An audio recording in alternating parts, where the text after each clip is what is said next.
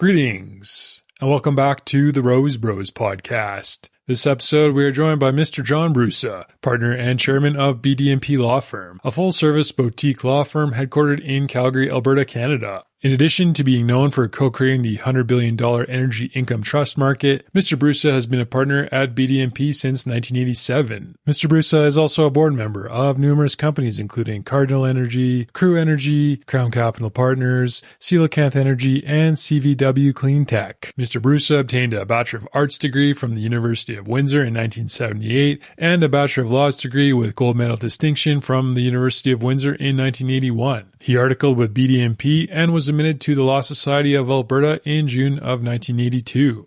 Mr. Brussa also contributes to many organizations, including the Haskayne School of Business, Calgarians Committed to Change Cabinet, Resolve Campaign, and the Calgary Homeless Foundation. Among other things, we sat down to discuss buying a dollar for 50 cents, inflection points, and why creativity is important in business. Enjoy. This podcast episode is sponsored by Conate Water Solutions. Do you need cost-effective water sourcing options to supply your next drilling or completions program? Conate Water Solutions is a specialized hydrogeology company focused on water well drilling, testing, and water management services in Western Canada and Texas. Contact info@conatewater.com or check out conatewater.com for more details. This episode is brought to you by Canada Action, whose aim is to promote the importance of Canada's energy industry, which is the bedrock of our nation's economy, providing hundreds of thousands of jobs and economic opportunities across the country. Learn more at canadaaction.ca or check out Canada Action on social media. This podcast is sponsored by headracingcanada.com. Looking for high-performance ski gear this winter? In partnership with four-time Olympian Manny Osborne Parody, headracingcanada.com is offering the lowest prices possible through its online storefront by passing brick-and-mortar savings on to customers. Check out headracingcanada.com for more info and get your high-performance ski gear for the upcoming season.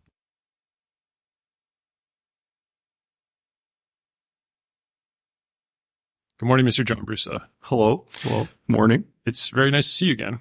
Thank you. Like I said, thanks for waiting for part two until the oil price recovered. I looked like a bit of a, I don't know if you can say jackass, but I looked like a bit of a jackass predicting $100 oil as far as I could see the last time. So we're at 90 today. It's close enough. So just, yeah, we're at 90. We're at 90 right now, and the Canadian buck's at 73. So producers are happy.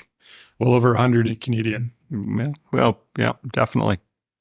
Today, I thought we'd structure the conversation of questions I wish I asked last time. Okay. So. Okay. Well, fire away. Your fan favorite the last time you did this. So. Oh, well, thanks very much. It's pleasing but shocking. Not everyone that is successful is enjoyable to talk to. Oh. You are both. So. Okay, now you've gone too far. In this movie, yeah. If you're the consigliere, Tom Hagen, the question I wish I would have asked last time was, who's the Godfather? Well, it's probably a group of godfathers. I mean, I think I told you last time, I've been blessed to be consigliere, if you want to call it that, to a lot of really smart, innovative people. Right now, I'm chairman of Crew, and that's run by my friend Dale Schwed. Dale is a very intelligent, forward-thinking guy. And what's interesting about Dale is that when Crew got started, Crew's going to have their 20th anniversary on September 28th. And when they started, it was the old model, which was what you'd call, you buy a dilapidated house, you slap some paint on it, and then you sell it and then repeat. To Dale's credit, he figured out that game wasn't going to work much anymore. And so he actually pivoted and went into the Montney. One of the first people to go into the Montney, got a huge land position, and he's sort of built a company to last. He's built it so that there's tons of inventory in front of it. So I've been a consigliere for Dale as he's made that transition from the, what I would call the house flipper to the real builder. And it's been a great experience. I hope Dale's learned about half from me that I've learned from him. But, another guy, I'll give you a long-winded answer, but another guy that made that same transition is a guy named Scott Ratushny. And Scott is the CEO of Cardinal. And Cardinal, again, was a company that was created out of the ashes of, conventional E&P companies. And whereas Dale pivoted one way, which is to say we need to capture big resource and create a platform that we can grow. Scott said went the other way, which is to say there's lots of good assets out there. They're low decline. And so they need relatively low maintenance capital, and they throw off a lot of cash flow. Let's use that cash flow and give it back to our shareholders, rather than buying things and force feeding assets with growth, which they're too mature to grow. Let's do that. And, Cardinal has been a raging success. Murray Edwards is our, he's an 18% shareholder so he's bought into Scott's vision of what the company is. So, I've been Scott's sounding board throughout. This is probably about the third or fourth company I've been with Scott. And Dale and I are both the same age. I'm about 8 or 9 years older than Scott. So I'm probably a bit more of the consigliere to Scott. But, every time I get involved in a situation, I view it as a partnership with management. Another guy who's done a great job is somebody you've had on, Rob Zakreski. Rob's on company number 4 or 5, whatever. And, he's about to do it again with Coelacanth. So, yeah, I've had a succession of dawns. I guess I'm a fickle consigliere.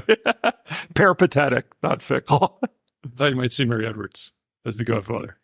Nah, Murray's way too smart for that. No, I mean, Murray and I are, I would say, not that we're equals in the sense, but we talk on a different level.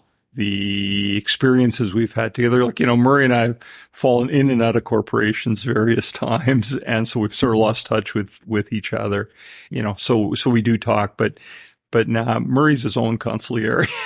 He doesn't need anybody. Creativity. Lots of smart people in the world, but you, maybe along with Marcel Tremblay, added creativity to your career when you guys created the trust. How important do you think that was to your career and to business in general? I think it's really important. I mean, it's a bit like when you think about creativity, it's the ability to step back and see what's really happening or what the ingredients of a situation are. I mean, one of my favorite expressions is that guy doesn't have a forest trees problem. He has a trees bark problem. They're so close to it that they lose sight of the big picture. So I think creativity, I'm not artistically creative. My usual line is that my dreams are populated with stickmen. That's how linear I am. But I do think I have the ability to step back and say, what are the pieces on the chessboard? What are the, rather than looking at the rook or the bishop or the pawn, I guess, you say, what are the pieces and how can you move them around? And so I think that's important. It's the people that have been really, really successful in this business have sort of caught inflection points in the business. So, you think about Murray Edwards and Al Markin. Well, they've caught a bunch of, Murray particularly has caught a bunch of inflection points. But the first one he caught was where he said, well, a bunch of these majors are getting out of Western Canada and they're selling assets that still have a lot of runway on them. So let me start a company and start buying them. I mean, Murray will tell you the story that the first bit of Canadian Natural is they drilled a bunch of, 3 or 4 dry holes or something and used up almost all their money. I read that. And Murray said, okay, we're not going to do that again. Let's buy some stuff. And so, you look at it, Murray caught an inflection point of majors getting out of the basin. I mean, started with, smaller acquisitions. I think, I forget the first few, but then the big one was Amoco. Amoco was getting out of the oil business in Western Canada. They thought, well, it's not, no runway left. Let's get out. And this guy shows up and says, okay, I'll buy it. And, oh, by the way, you've got those oil sands leases that you call Horizon. Why don't you throw those in? And they did. And so he caught that inflection point. And that, it was that moment that C&Q was on a trajectory. And, and he's caught a few others. I think Shell was really in the throes of dirty oil and oil sands, and they're, kind of awakening. And he said, well, let me buy your oil sands assets. And so he did, and that's a fantastic deal. I mean, I think at the time I looked at it, and he bought them for about, I give or take, 50% of sunk capital. Well, if you buy something at 50% of replacement cost, it's, the chance of making money are a lot better than if you bought it at 150%. So that was him. Some of the players that got into the Montney caught an inflection point. The Montney formation, I remember hearing about it when I first got here, but it had, pods of productivity. New technology came and made it all productive. And so the guys that got in there, Dave Johnson at Progress, Dale at Crew, they're going to make a lot of money themselves, and they're going to make a lot of money for the shareholders because they kind of caught the wave, right? Clayton Wojtus in the Clearwater. That's the hottest play, one of the hottest plays in North America. Well, guess what? People had known the Clearwater had oil in it for, 50 years, but figured out how to get it out. So caught that inflection point. So if you look at guys that have been really, really successful, it's they caught the shift. They were on the front part of the wave.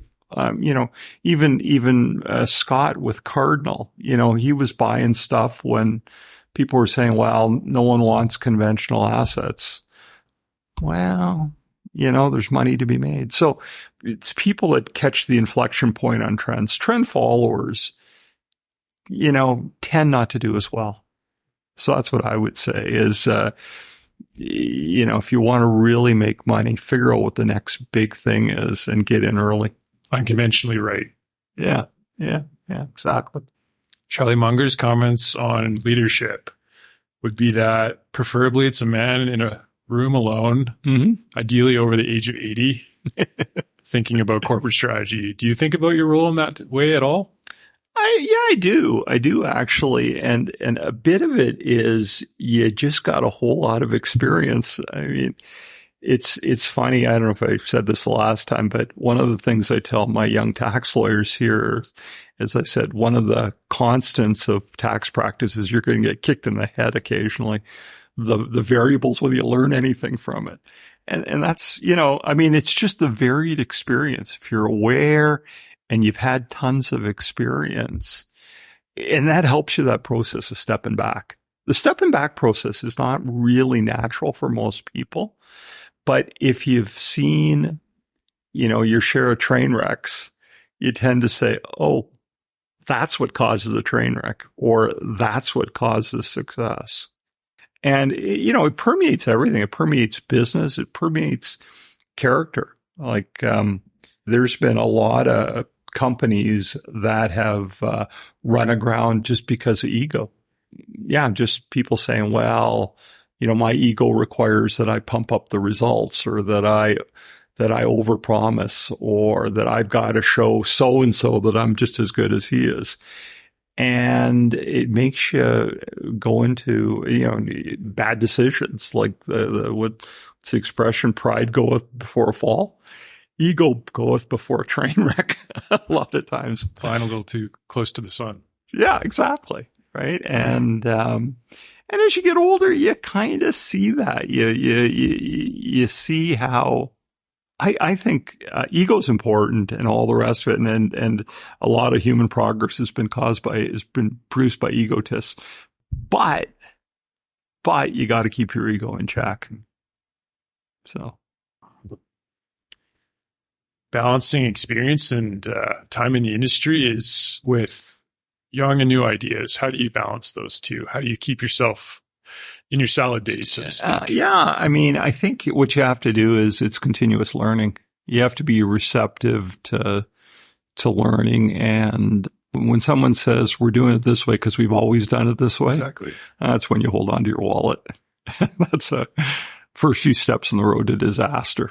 And so you have to be willing to, like think about, well, let's say Clayton Woitis and the people in the Clearwater. If they had looked at the Clearwater and said, this stuff doesn't produce more than 1 barrel a day, which traditionally it had, and it'll never produce any more than 1 barrel a day. Well, it's interesting. Like Spur is a tremendous success story. Well, they bought their first well from another little company that had drilled it and got 1 barrel a day. They bought the land and tried it out. And so human nature is such that you want to, habit is important to people generally, but you have to fight that. You have to say, hey, let's look at every situation, and maybe there is a better way of doing it. And maybe things have changed. Like technology is tremendous. Like I remember about 8-10 years ago asking an oilman, I said, what's the last portion of the basin which hasn't really seen a lot of technological change? He said, conventional heavy oil. And now, if you look at these fishbone wells and you look at, companies like Lycos, companies like Baytex, Clearwater, it's all happening. It's all this technological change has made big pools of oil that couldn't be produced highly economic. So, you have to, it's a balancing act. I don't disagree with you, but you don't want to be a curmudgeon. You want to use experience, but you don't want to be a curmudgeon about it. Speaking of balance, the balance of clarity versus creating a sense of urgency. When you're young, you're urgent to get things done, maybe like Murray Edwards when he started in his 20s. How important do you think it is to have that sense of urgency, but also balance it with clarity? My experience is what you have to do is there's a team aspect of it too. Like sometimes, you have a young person with you, and then, so what's your role? What's his role? His role is the energy, the sense of urgency. What's your role? Your role is sober second thought. And that's why, I do think that across the spectrum, like a team that's balanced by age is not a bad idea. It's interesting. I was talking to an executive at one point, and he was talking about the newer generation of workers. And he said, these workers are incredible data miners. They can get copious amounts of data about a well or a play or whatever. What they don't know is how to sift it. And he says, that's where I come in. I couldn't do it. I couldn't amass this, reams and reams of information, but I can say that's important. That's not important. Let's focus on this.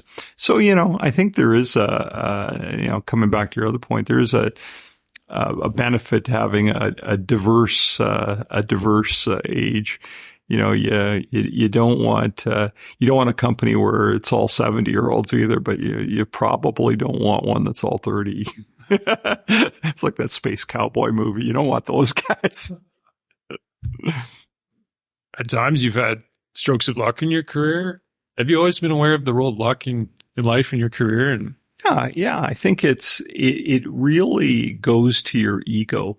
What a recognition of luck is randomness. Please don't get too full of yourself. Because I'm a great believer in saying I'm never as good as my biggest success and I'm never as bad as my worst failure. That's luck. So, it just keeps you humble, I think. Keeps you humble. Being humble is good in the sense that it's the companion to learning. Socrates, all that I know is that I know nothing. I always think that's like the smartest thing ever said by any human being. I read an article from the Globe Mail in 2016. To be a successful lawyer, you need 3 things: legal smarts, business smarts, and people smarts. Murray had all 3 in abundance. I think I said that. Was it easy to spot Murray from the beginning?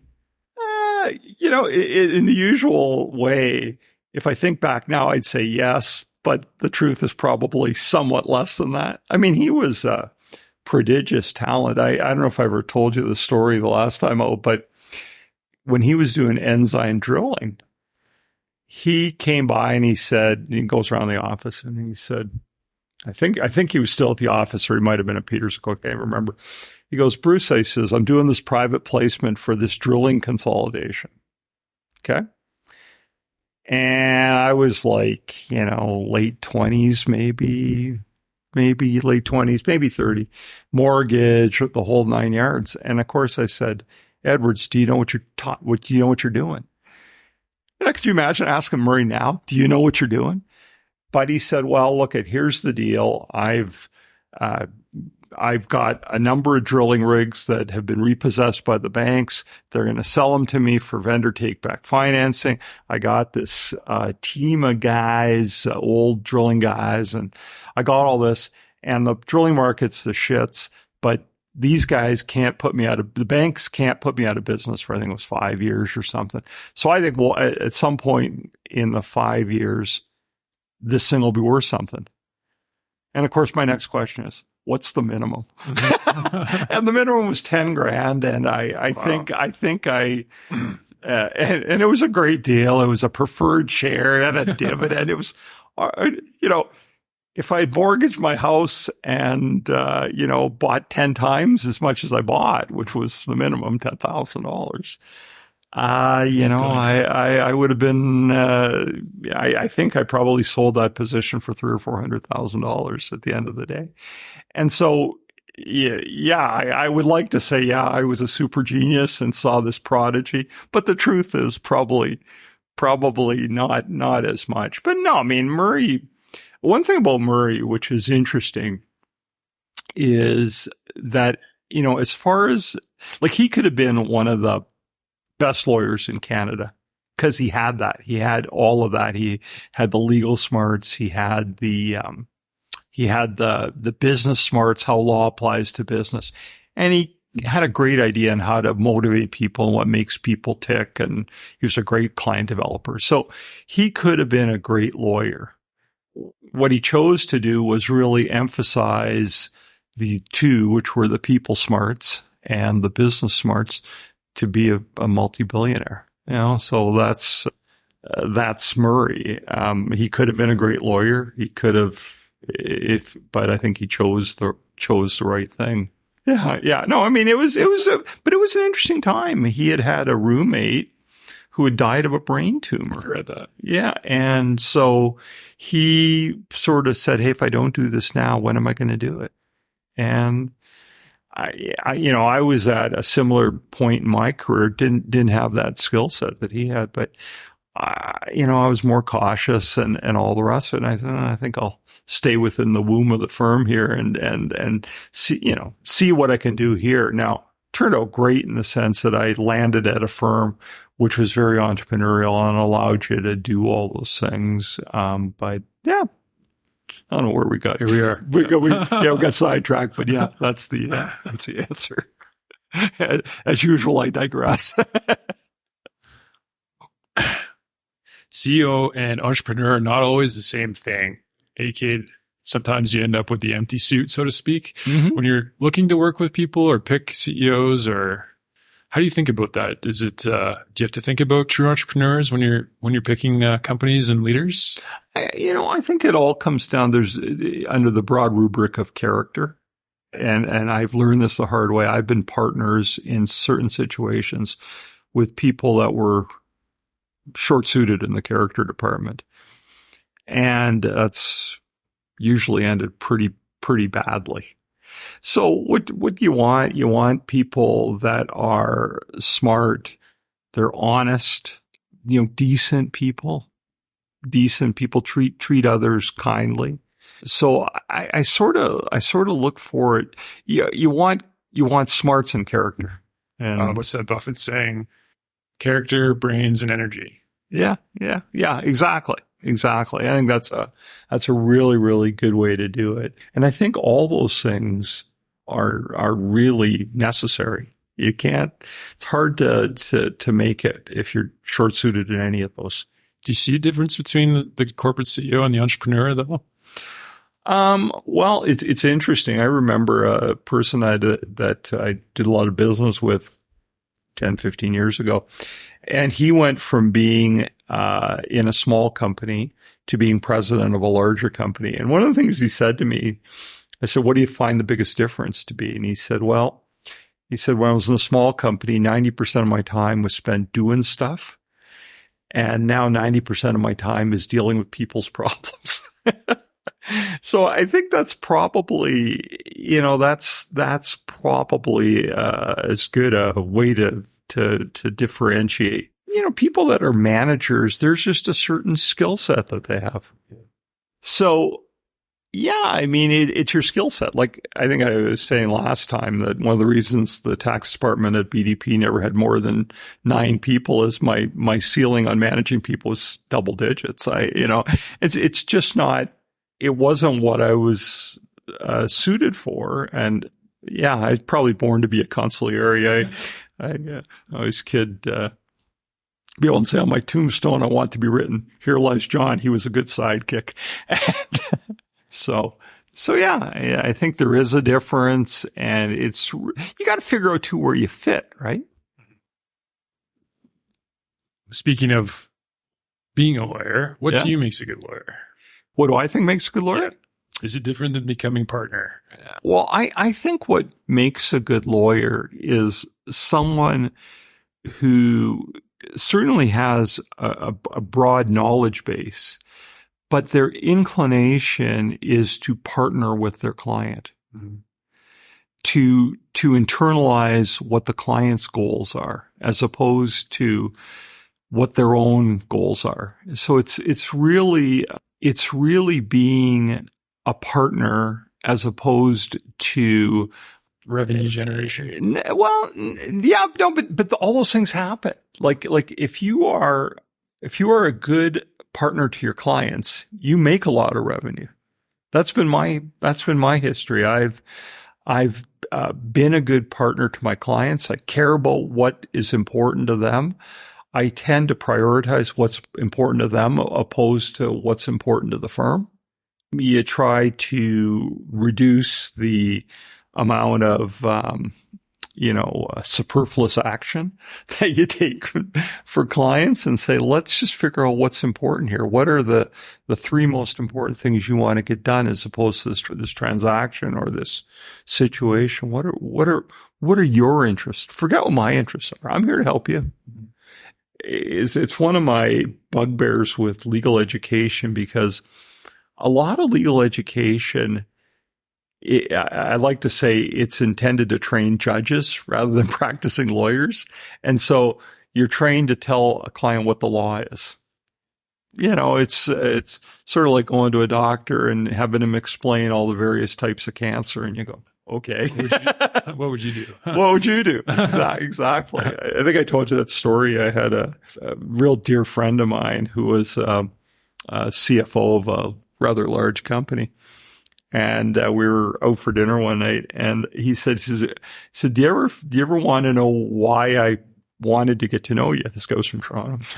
And I said, well, I hadn't really thought about it. He said, I remember you were talking to our CEO about something when you were advising our company. And you said to our CEO, the point's unclear, but this is what I would do. He said, I'd never heard a lawyer like that. He said, I got to get to know this guy.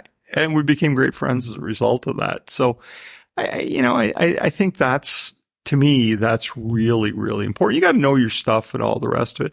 But it's a heart thing. It's a commitment thing. It's, you want to understand what the client's about and where he wants to, I like to say what his hopes, dreams, and aspirations are. Yeah. Do you view it as a craft, and do the best craftsmen make the best business owners at times? Is there a difference there? Yeah, I think that's right. Like I said, law firms are evolving and they're becoming more and more business-like, but they still have lots of vestiges, like their partnerships, which means you got tens of owners, you got all this and you have a very flat management structure. And the way most law firms are organized doesn't fit very well into modern business organizations. So it's kind of a work in progress. I always thought, my hero was Jim Palmer. Jim was a businessman lawyer. He was all about giving his clients legal advice, which would help them make money. That's what he was really all about. And as a result, he made a bunch of money on his own. Murray was like that too. Murray was really focused on what the main business drivers were, not, the ratio of Smith versus Jones or whatever. It's like, how do we capitalize on this situation? Besides yourself, who's the best craftsman, so to speak, lawyer you ever met? Best at his trade? Well, Jim Palmer? Murray, probably.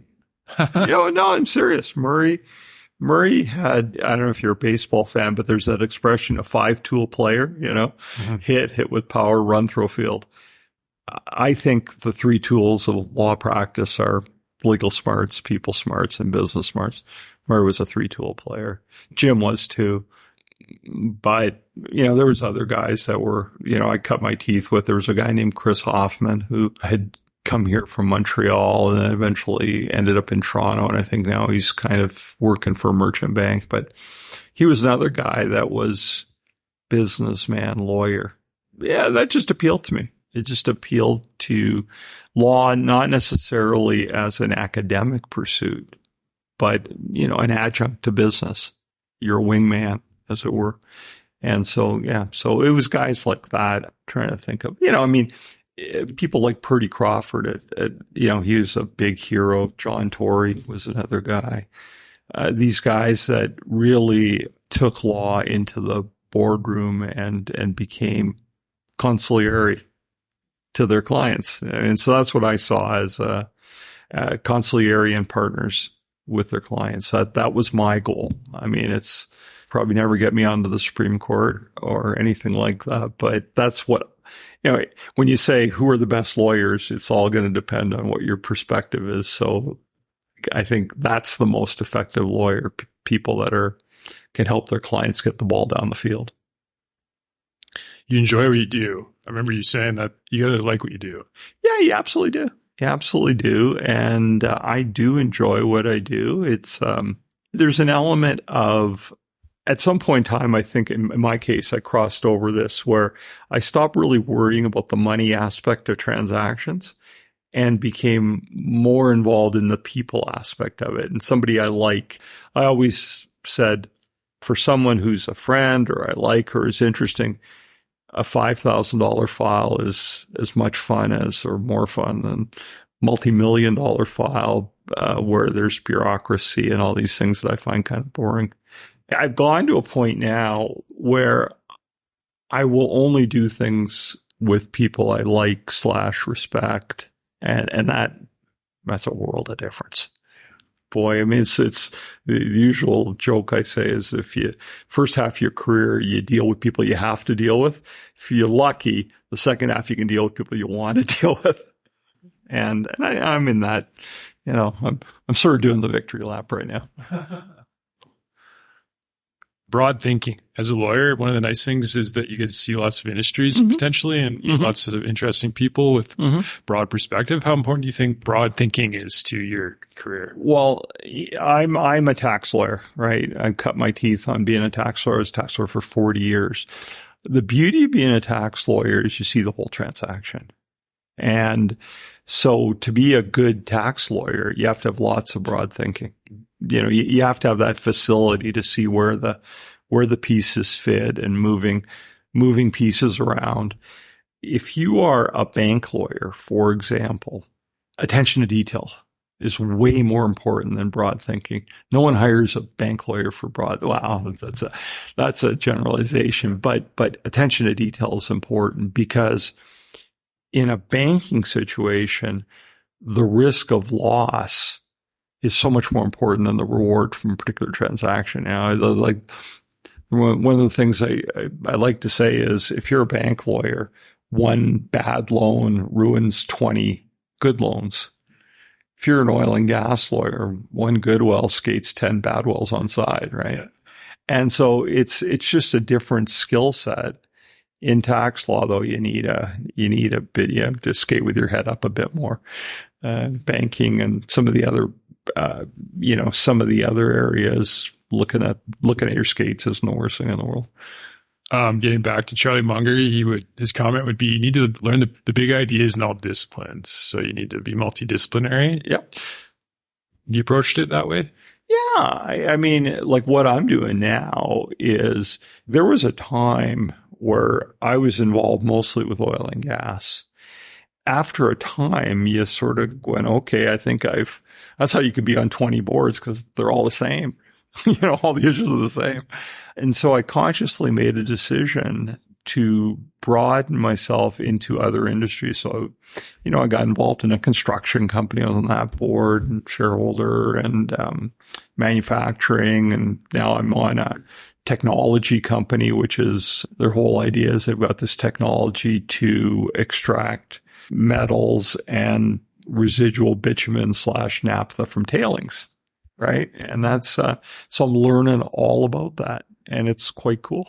And so, yeah, that's what keeps you interested, right? Is looking at different industries. One of the things in Calgary is we tend to be a bit myopic to say that the way people operate in the oil and gas industry is the way that people operate.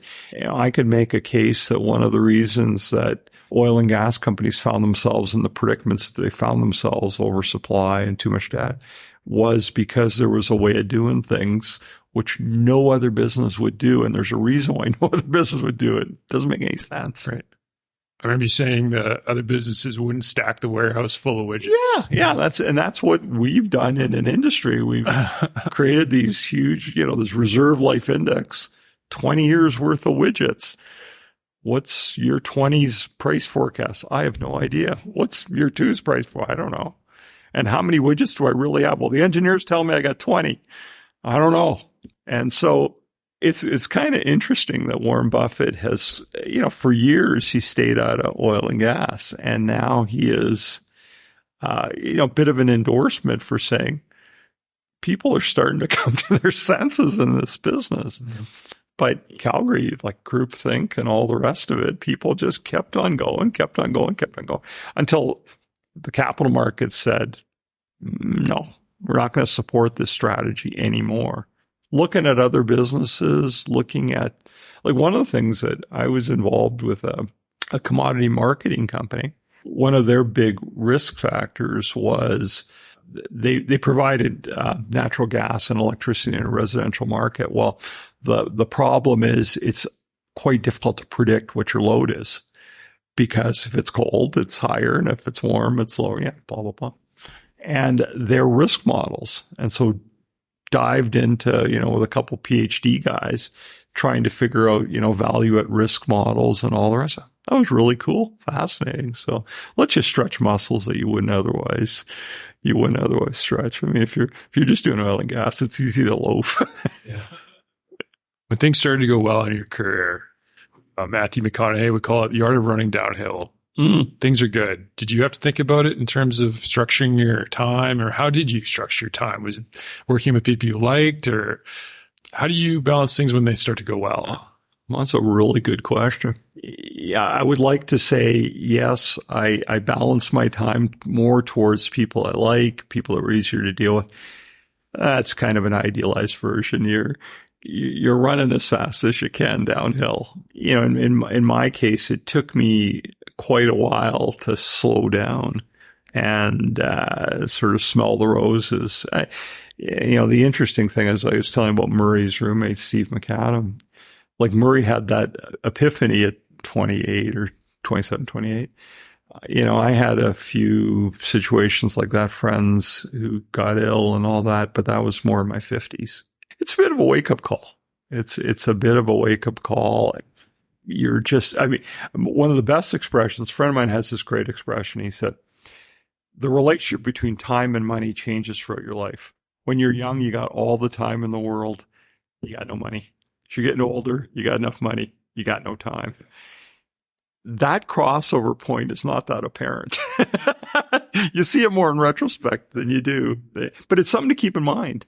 It's something to keep in mind. At the end of the day, you only have so much time. And so I've tried to, I've tried to honor that. Do you do it all the time? No, because we're all human beings. Someone's in trouble or some bad situation comes up and you go, okay, I gotta roll up my sleeves and dig in here, even though it's not exactly in my interest. So, so the truth is, I'd like to think I was smarter than I was. This is a question from the fans. I know we don't have all day, but oh, sure, no, that's okay. This came from Twitter. So okay. It's 2023. You're 30 years old again with no family responsibilities, but no connections either. You have a designation, $1 million in cash to invest in a house with no mortgage. What would you do? Starting over, so to speak. Well, this is 2023. I think I would look for an unloved area of the market and invest in it based on a thesis that it was unloved for a reason that was not a rational reason. So if you'd asked me that question in 2020, I would have done what I did, which was I piled into C&Q. I piled into C&Q at $30, almost tripled, and clipped a dividend along the way. And $1 million at $7. How about Cardinal at 52 cents, which I also did. But so it'd be something like that where you looked at it and you said, I don't think the doomsayers on the oil and gas industry are right. And this is unloved. People just hate these stocks. And so let me pile in. I mean, another place, this is more resource oriented, but you may, I mean, it's had a little run the last little while, but gas stocks. I think that natural gas is going to be the bridge fuel, and it's going to be 50 years. We got 50 years. And Canada is one of the lowest cost suppliers in the world. And eventually we'll get our First Nations and political and other stuff sorted out, and gas reserves will be worth a lot. That's what I that would be an element. Would I buy AI stocks? Probably not. Would I buy, I would look for something. I'd do some research and I would look for something that's unloved. And that's a bit, for what I was talking about on inflection points.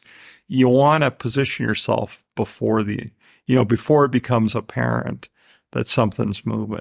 My experience has been everyone who has done that and guessed right has made, multiples of their capital.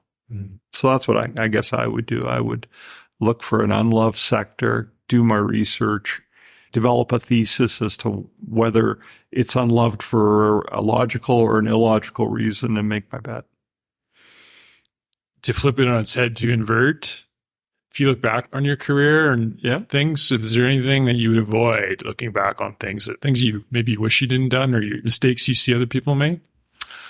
Well, what's interesting is as I've sort of slowed down a bit my, career and business activities, I've started to manage my own portfolio, and my returns are way better than they've ever been, because when you are incredibly immersed in other people's problems, you don't pay attention to your stuff. So I would have held stocks that I shouldn't have. There's what's the expression? The cobbler's kids going shoeless. Well, that was like, I had I look at some of my positions and I go, what the hell was I thinking? Why did I get in? Why didn't I get out? There's times where I probably spent too much time on other people's problems and not enough time on my own situation.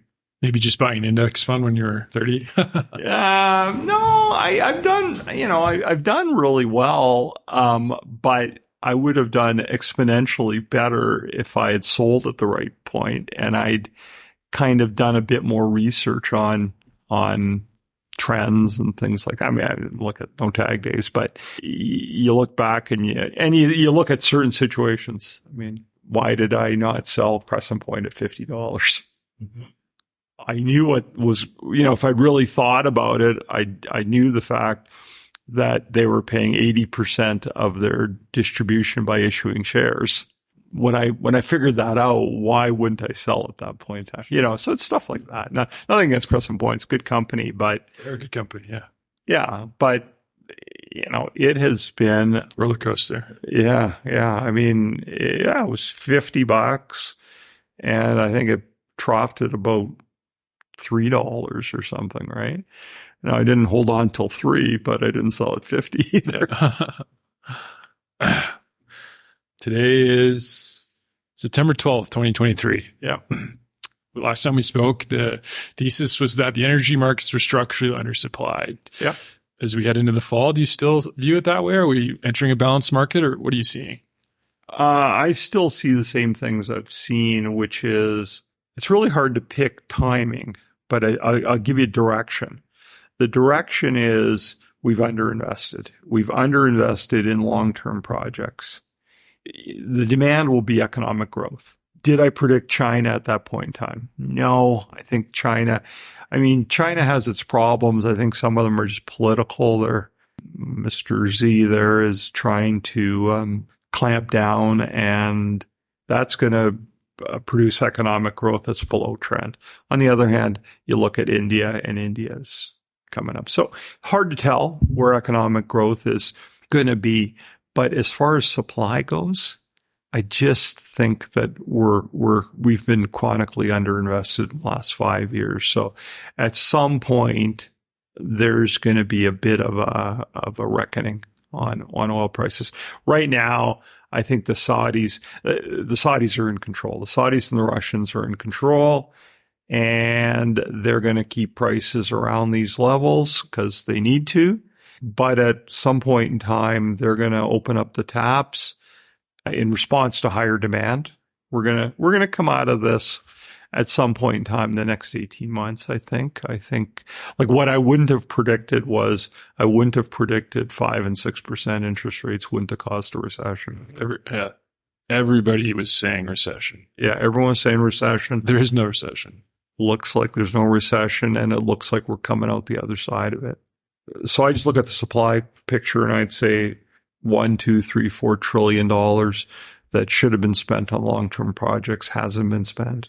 You also have interestingly enough, you have quite a shrinking liquidity in the oil and gas sector as a whole. No one's raising money. There's stock buybacks. There's dividends. So liquidity is shrinking, which means activity has to shrink.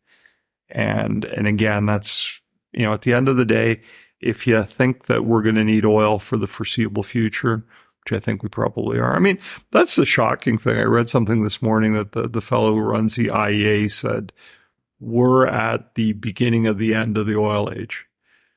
Okay, well, interesting, but oil consumption has gone up 2% this year. Yeah.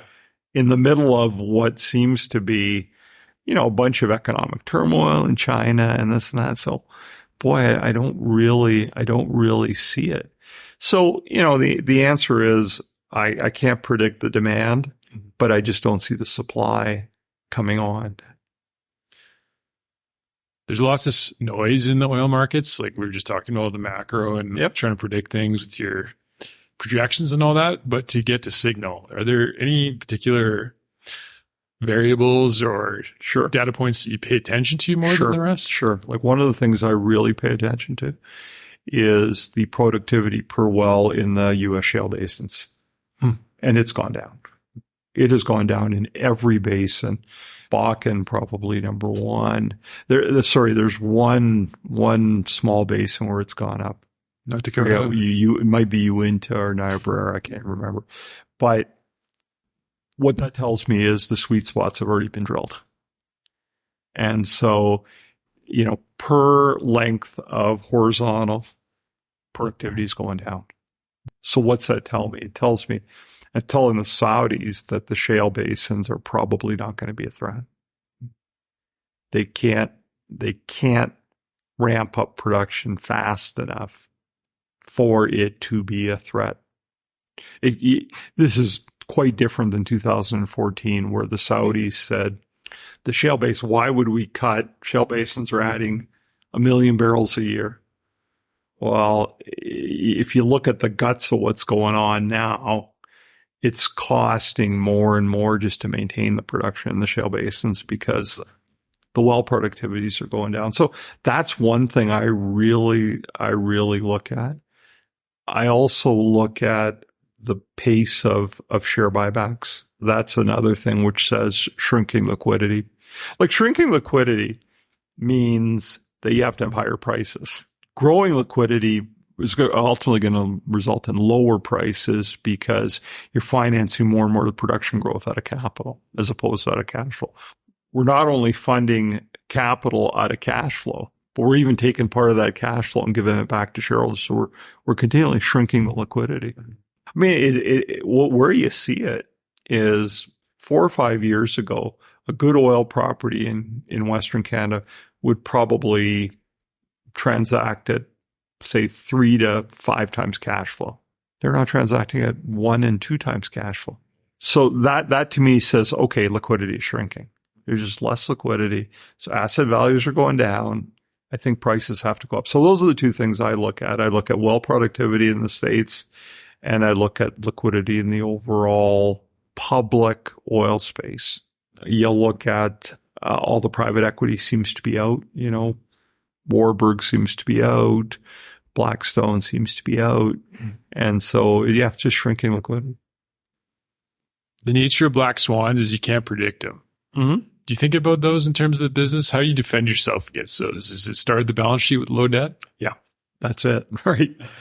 The way I look at it is if I'm a shareholder of a company and I like my assets, I don't want any exogenous factor to be able to take those assets away from me as an equity holder. And what I learned in the 2019-2020 situation is some companies were sold out from under their shareholders because they had too much debt. Banks panicked. And so I'm looking for situations where I like this asset. I want to be able to weather a black swan event. I want to own it on the other side. I don't want anyone to take it away from me. So I think low debt is, that's the recipe for that as an equity holder. And, you know, the other is, why would you take on debt? Market's not paying you for growth anyway.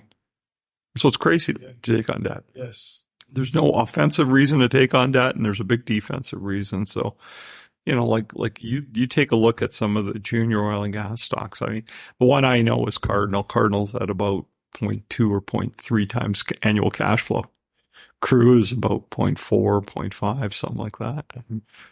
Coelacanth 0. It's quite a sea change. People have come to that revelation.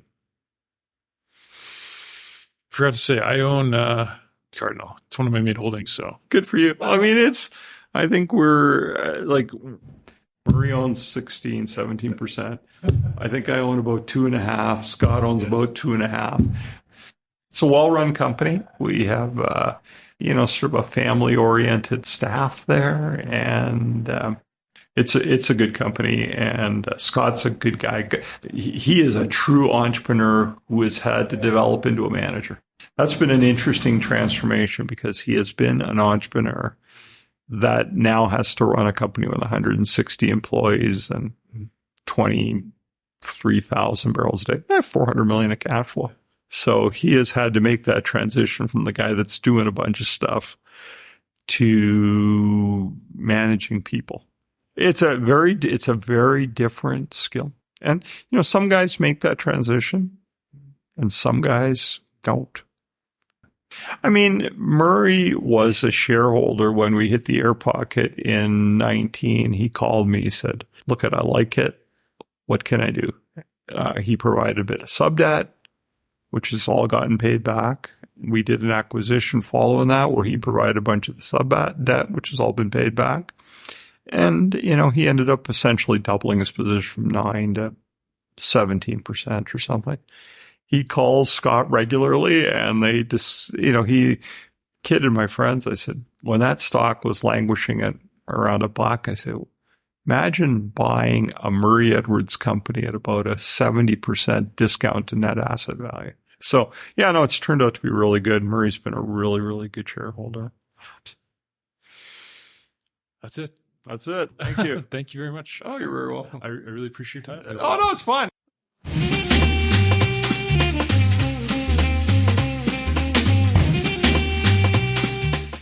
Thanks for listening, everyone. Hopefully you enjoyed the episode. If you liked what you heard, check out rosebros.ca, where we will have upcoming shows. Until next time, happy coffee drinking.